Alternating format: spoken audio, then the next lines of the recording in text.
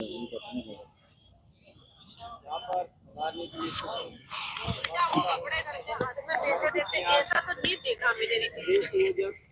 ऐसा तो नहीं देखा। बोलो रविंद्र जी और यहाँ के जिम्मेदार साथी सभी पधारे, आप सभी का खूब खूब जोहार, स्वागत। साथियों, आप अभी सभी बैठे हुए हो। आप से ही पूछना चाहूंगा कि आप के शरीर के अंदर जान है या नहीं। किस किस को लग रहा है मेरे अंदर है? एक बार हाथ खड़ा करके बताएंगे हमारे अंदर जान है। तभी तो बैठे। हाँ, अगर जान है तो आपसे ही पूछना चाहूंगा कि जो संविधान है, उस संविधान की जो 5वीं अनुसूची दे रखी है, उस 5वीं अनुसूची के अंदर जो प्रावधान दिए हुए हैं वो धरातल पर लागू हो रहे हैं क्या? भाई मुंह से आवाज भी निकलनी चाहिए। मैंने इसीलिए बोला है कि जिंदा हो गए या थोड़े ये हो। 5वीं अनुसूची के जो प्रावधान संविधान में लिखित है वो लागू हो रहे हैं क्या? नहीं हो रहे। श्योर है? यहां पर 5वीं अनुसूची के प्रावधान नहीं लागू हो रहे हैं तो आपके अंदर गुस्सा है क्या? अगर गुस्सा होता तो शायद ये पूरा ग्राउंड फुल हो जाता।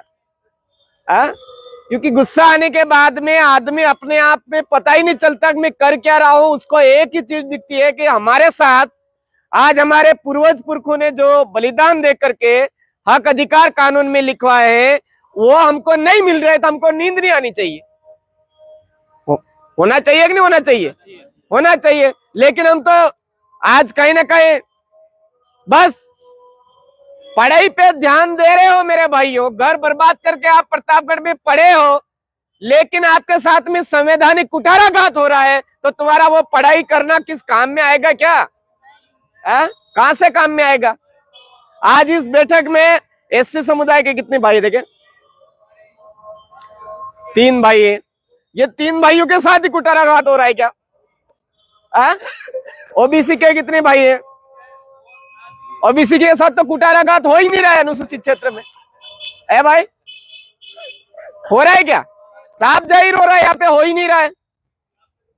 अरे मेरे भाइयों, एक के साथ में नहीं, एक एक करके मारा सबको जा रहा है। एक को भेदभावी वाला बोल करके मारा जा रहा है, एक को नक्सलवादी बोल करके मारा जा रहा है, एक को आतंकवादी बोल करके मारा जा रहा है, एक को देशद्रोही बोल करके मारा जा रहा है। मतलब कानून में लिखे हुए प्रावधान केवल और केवल पूंजीपतियों के बनाए जा रहे हैं। ऐसी तेज गति से साजिश चल रही है और हम लोग आराम से सुबह मिल रहा है, शाम को खाली करके आ जाते हैं, फिर सुबह बैठ जाते हैं। पता ही नहीं चल रहा है दुनियादारी में हो क्या रहा है। मेरे साथियों, हमारे अंदर गुस्सा होना चाहिए। क्यों होना चाहिए? माई डैम का पानी आज पहले 700 किलोमीटर उधर जा रहा था गुजरात, आज जा रहा है पाली, नागौर, पता नहीं कहां कहां जा रहा है। तो आपके अंदर अगर गुस्सा होता तो आप आग बबूला होकर के लोगों को जगाते कि अरे भाइयों जागो यार, माई डैम का पानी 700 किलोमीटर उत्तर में जा सकता है, 700 किलोमीटर दक्षिण में जा सकता है, लेकिन हमारे इलाके को नहीं दिया जा रहा है। हमको आवाज करनी पड़ेगी या नहीं करनी पड़ेगी? अगर वो पानी आता है तो उसका फायदा केवल आदिवासी लेगा क्या? उसका फायदा केवल एससी लेगा क्या? उसका फायदा केवल ओबीसी लेगा क्या? या सभी लेंगे? सभी लेंगे। तो ये जो अनुसूचित क्षेत्र आरक्षण मोर्चा है, ये किसी एक का है या सभी का है? अनुसूचित क्षेत्र इसीलिए लिखा, नहीं तो इसको लिख देते अनुसूचित जनजाति आरक्षण मोर्चा भी लिख देते। होता कि नहीं होता? अनुसूचित क्षेत्र मतलब संविधान में प्रतिनिधित्व का प्रावधान है, आरक्षण का जो प्रावधान, उन सबके लिए ये मोर्चा खड़ा किया गया है मेरे भाइयों। अब बात आती है, इसमें तो केवल आदिवासियों की मांगे लिखी हुई है। अरे भाई आओगे ही नहीं तो जबरदस्ती कौन लिखेगा यार? आज हमारे 3 भाई आए हैं, तो आज अपने को लग रहा है कि हमारे 3 भाई आए हैं। अब ओबीसी के भाई दूर दूर से बैठे बैठे कहते रहते हैं हमारे बारे में तो बात ही नहीं करते हैं यार, तो वहां जाके करें क्या? अरे तुम जाजम पे आओ तो सही, यहाँ हो क्या रहा है, किस बात के लिए लड़ाई हो रही है, वो बात समझो तो खरी। अभी पोस्ट ऑफिस की 24 पद अपने यहाँ पे भरे गए, कहाँ के लोगों के भरे गए, कर्नाटक के लोगों के, कहाँ के लोगों के भरे गए, हैदराबाद के लोगों के, कहाँ के लोगों के भरे गए, बेंगलोर के लोगों के। अरे भाई वो हमारे यहाँ की बोली जानते हैं क्या, हमारी भाषा जानते हैं क्या, यहाँ का पहनावा जानते हैं क्या, यहाँ के भौगोलिक के बारे में वो जानते हैं क्या, नहीं जानते। हमारे पूर्वज पुरखों ने लड़ाई करके यही तो बात की थी अंग्रेजों से कि हमारे इलाके में हमारा राज।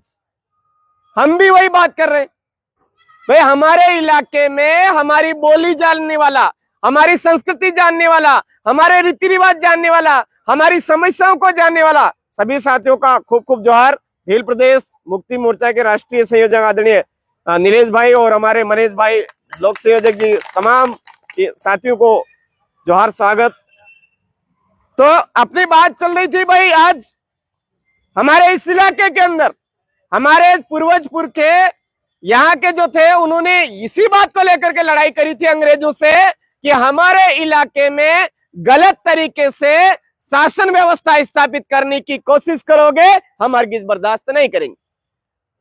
और ये अनुसूचित क्षेत्र आरक्षण मोर्चा जो लड़ाई लड़ रहा है उसके अंदर जो बिंदु रखे हुए वो भी इसी बात को लेकर के कि हाँ यहाँ पर आए कलेक्टर साहब आनी चाहिए, लेकिन शेड्यूल एरिया के होनी चाहिए, जो हमारी बोली जानने वाला होना चाहिए, हमारी संस्कृति जानने वाला होना चाहिए, हमारे रीति रिवाज के बारे में जानने वाला होना चाहिए। ये बात हम कर रहे हैं। एसपी साहब आए, लेकिन यहाँ की कानून व्यवस्था क्या है, शासन व्यवस्था क्या है, उसके बारे में जानकार हो वो आए। वीडियो साहब आए, कोई बात नहीं, लेकिन उनको पता होना चाहिए कि हमारे भैंसों की नाड़ में टूटी फूटी सड़कें आज दिन तक नहीं पहुंची। देश आजाद हुआ, 76वां संविधान दिवस मनाया है, आज भी वह सड़कें नहीं पहुंच पा रही। स्कूल नहीं है, स्कूल खोल दिए लेकिन यहाँ पर टीचर नहीं है, हॉस्पिटल खोल दिए, डॉक्टर नहीं है, डॉक्टर है तो मशीन ही नहीं है। अरे साला इस इलाके के अंदर कब बदलाव होगा? आप युवाओं के अंदर अगर गुस्सा नहीं है तो बुजुर्गों का कब आएगा मेरे भाइयों? आना चाहिए कि नहीं आना चाहिए? इसलिए मैंने बोला था कि आप जिंदा हो या अधमरे हो, अभी भी मुझे नहीं लग रहा है कि आपके अंदर हो इंसानियत है, जिंदा पुतले हो। अरे अगर जिंदा हो तो हमको इन चीजों का विरोध करना पड़ेगा यार। अरे प्रतापगढ़ मेन सिटी है, यहाँ पर देखो ये बड़े खड्डे पड़े हैं, दिख ही नहीं रहे अंधों लोगों को, तो उनको दिख रहा सिर्फ पैसा कैसे? इस एरिया के अंदर आर्टिकल 275 के तहत जो बजट आता है उसको डकारे कैसे, और डकारते कैसे? धार्मिक आयोजनों के नाम पे हमारा यहाँ का पैसा डकार रहे हैं वो लोग। वो कुछ पूंजीपति लोगों के पास में जा रहा है, वो कहते हैं यहाँ की साफ राजनीति है, ये है। अरे साफ राजनीति है तो हमारे इलाके के अंदर आज भी लोग परेशानियां क्यों झेल रहे?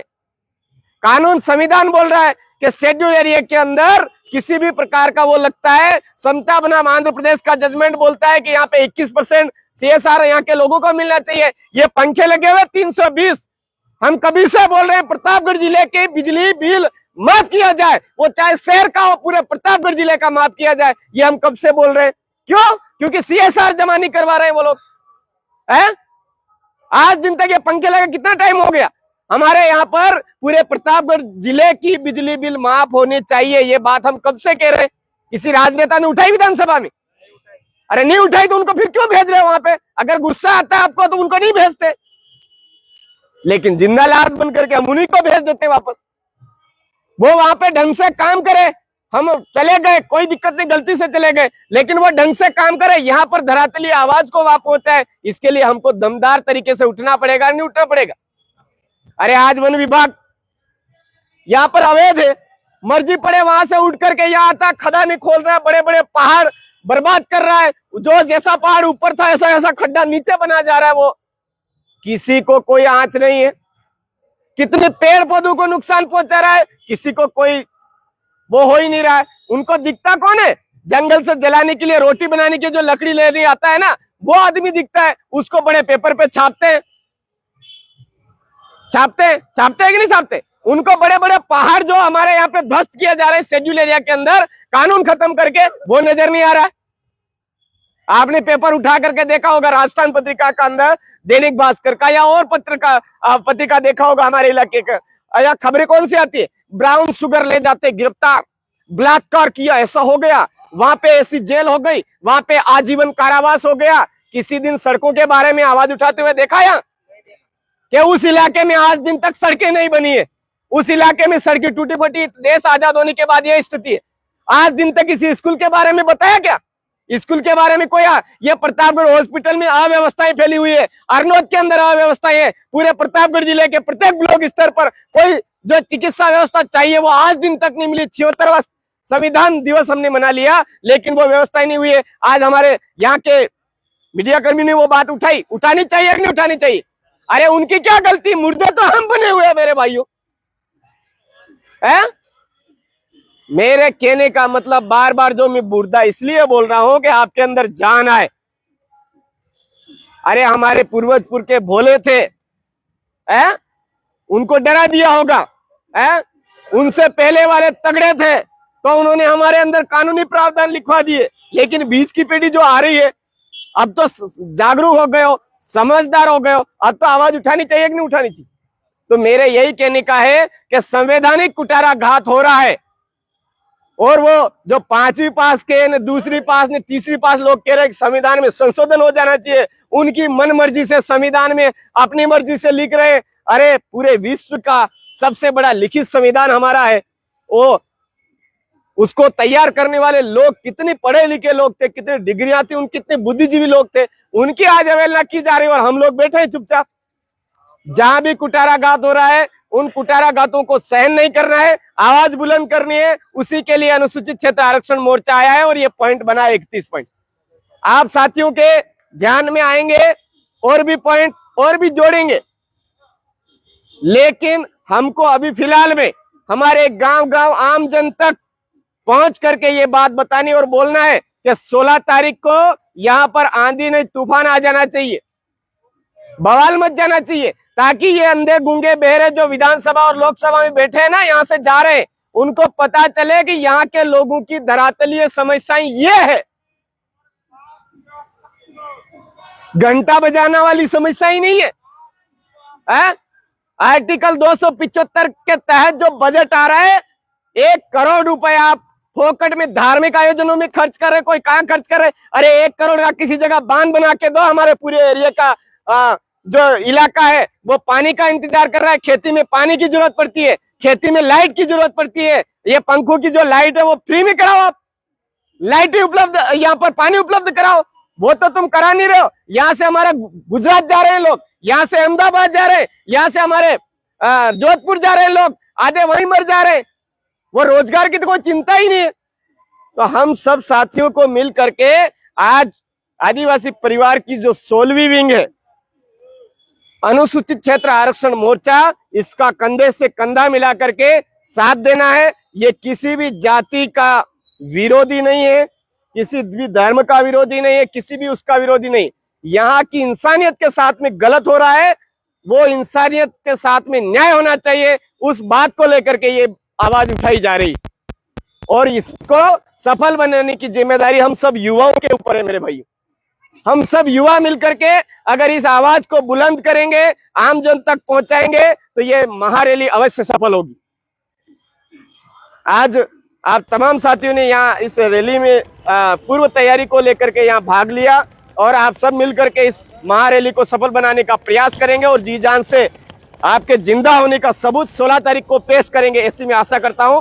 आप तमाम साथियों को खूब खूब जोहार।